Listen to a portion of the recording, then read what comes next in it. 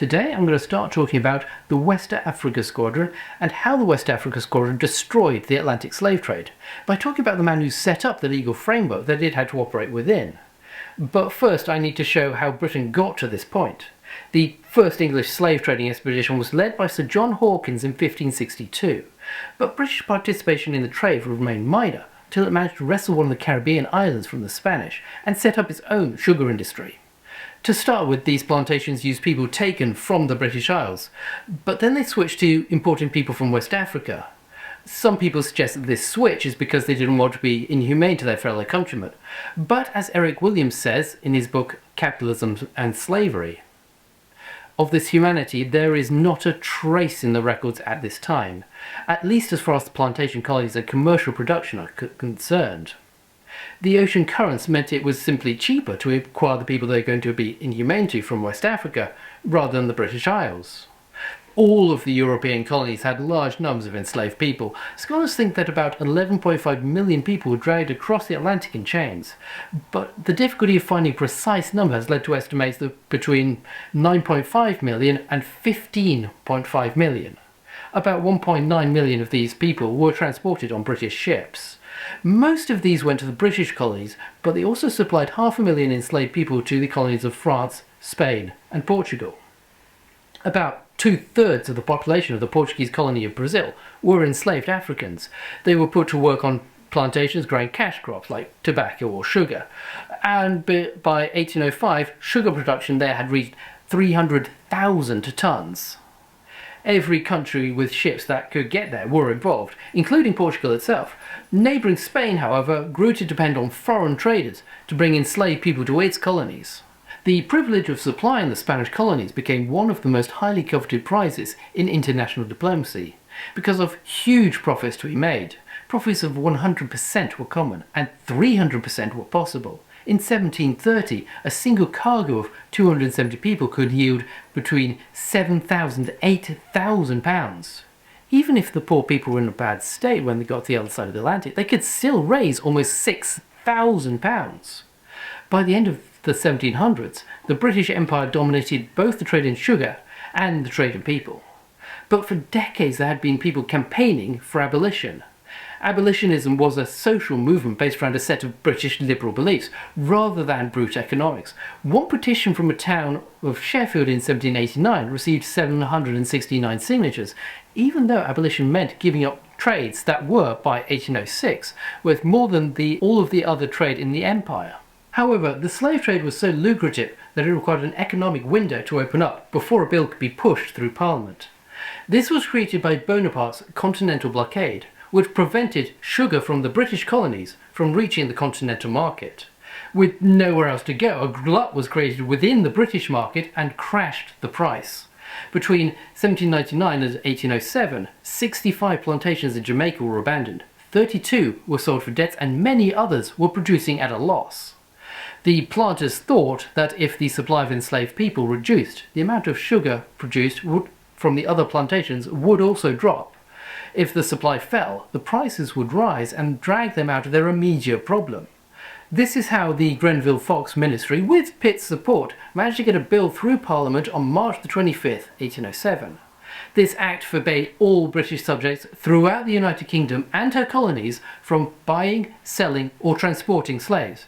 It even prohibited British subjects from outfitting ships that could be used in the trade, and banned foreign slave traders from using British ports.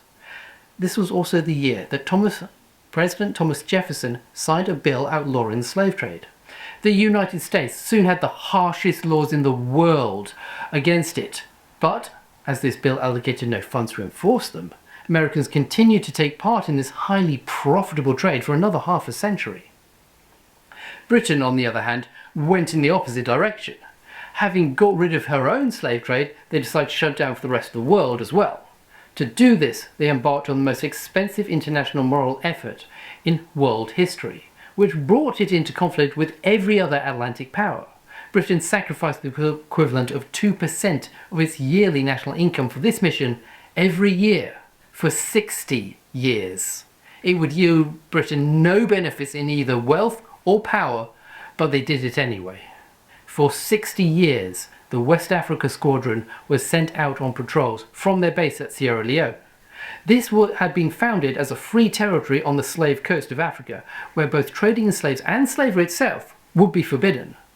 411 settlers arrived in 1787 and purchased 20 acres of land from the local rulers. By 1807, this privately sponsored humanitarian effort was about to collapse. Attempts to start farms were failing, and there were attempts to trade, as were the attempts to trade with the surrounding African kingdoms. Faced with the loss of a strategic naval base, the British government declared Sierra Leone to become a crown colony and set up the British Court of Vice Admiralty there. This court sat in judgment on the prizes brought back by the West Africa Squadron. It was first held under Judge Robert Thorpe, a British barrister from Nova Scotia and a devoted abolitionist. He urged Lord Liverpool, back in Britain, to allow him to exercise the most expansive jurisdiction possible. He didn't just want to free captive slaves, he also wanted to ensure that the efforts of the West Africa Squadron had judicial approval. The problem was he couldn't appeal to international law, as there was no international law covering the slave trade. So it was going to be up to him to create it. Thorpe had already decided that the 1807 Act did not just declare that the trade was unlawful, but recognised the fundamental injustice and inhumanity of it. He intended to enforce the ban not just on British ships, but onto the entire world if he could. However, British courts forced him to accept that international law that did exist was built around treaties. In 1810, a vessel under Swedish colours carrying slaves was captured by HMS Crocodile off the African coast. He condemned it, only for his decision to be reversed because Sweden had not abolished the slave trade itself. In 1820, an English jury would award £18,000 in damages to a Spaniard for 300 slaves who had been freed in 1813, before Spain had signed its treaties with Britain. Thorpe argued that applying the logic of the Somerset case to international law meant that only ships of a state explicitly authorised by treaty could trade in slaves. This meant that only states that had passed statutes explicitly legalising the slave trade could continue, and only then if Britain had recognised these laws as legitimate through a treaty. Anybody else was fair game. After the final defeat of Napoleon, Britain had tried to use its position as one of the victorious powers to get the Congress of Vienna to abolish the slave trade, but the other powers had noticed what was going on with Britain's colonies. Britain's share of world sugar production would fall from 55% in 1805 to 15% in 1850. This wasn't just because countries with slave plantations were expanding their market share, although they were. West Indian sugar production dropped by nearly 25%, while everybody else's production rose by more than 210%. This was not the kind of decline that you could hide, so the other colonial powers refused to do anything other than condemn slavery while not taking any other real action. While they realised they would never get a single universal treaty, they began working on countries individually in order to create a web of bilateral treaties. They would be willing to put serious cash into getting them. The British government paid the Portuguese government £300,000 to get them to sign the Anglo-Portuguese Treaty of 1815. But even with this much money on the table, the Portuguese only agreed not to engage in the slave trade north of the equator. In 1818, Spain was given £400,000 for a treaty that it had no intention of honouring, as it would have ruined their profitable colony of Cuba.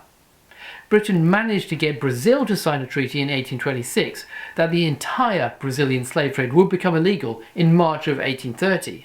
A law to implement this treaty finally passed on November the 7th, 1831, but they never intended to enforce it.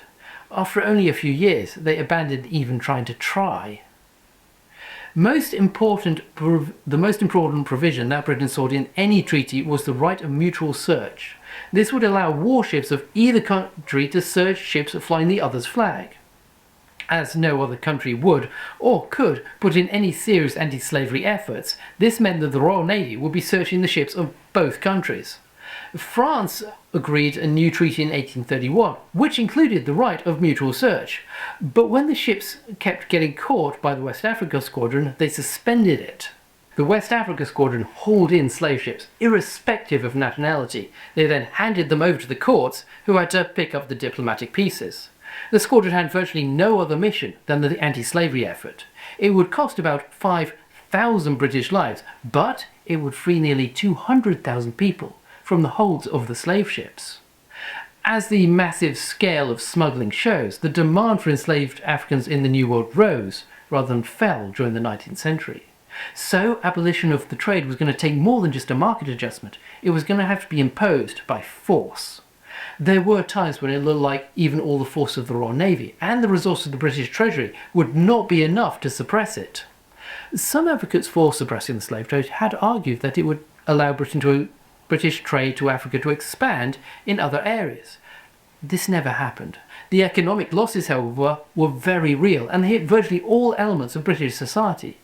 Obviously, anybody directly involved lost out, but there were also higher prices for consumers of sugar and other tropical goods, plus higher taxes on everybody to pay for the navy.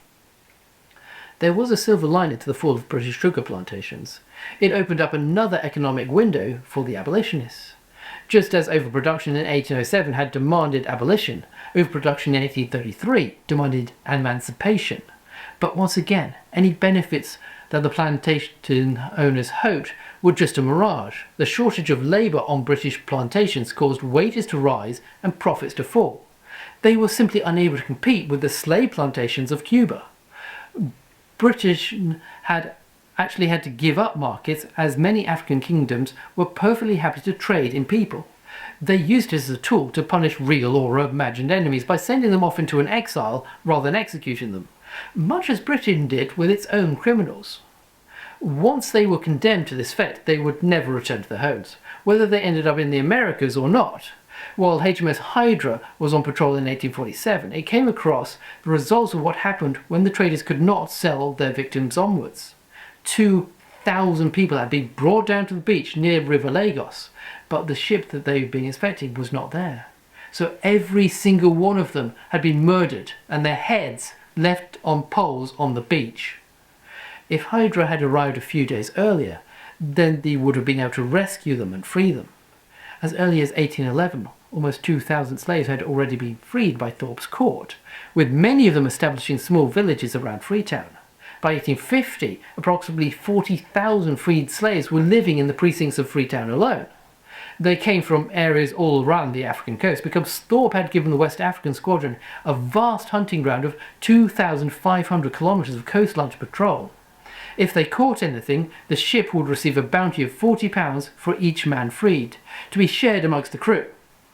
This bounty was still active and in the Queen's regulations the better part of a century later.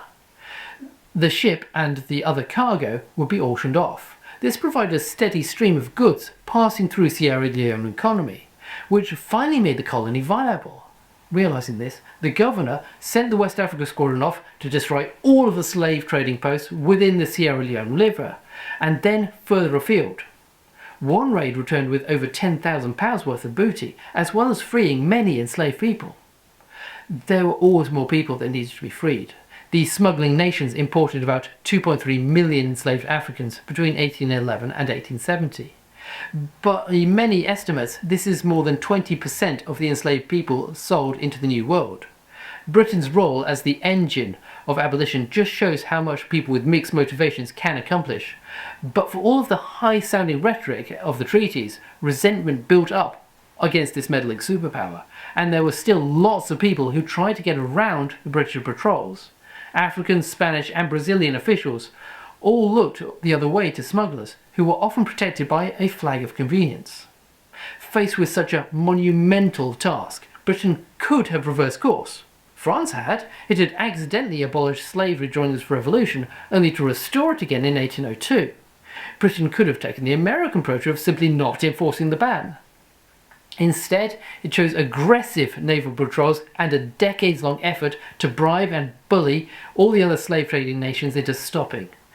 The costs in money, lives and international resentment continued to escalate, but Britain never wavered. Next time I'm going to start looking at these efforts in a bit more detail, and the unexpected ally that they gained along the way.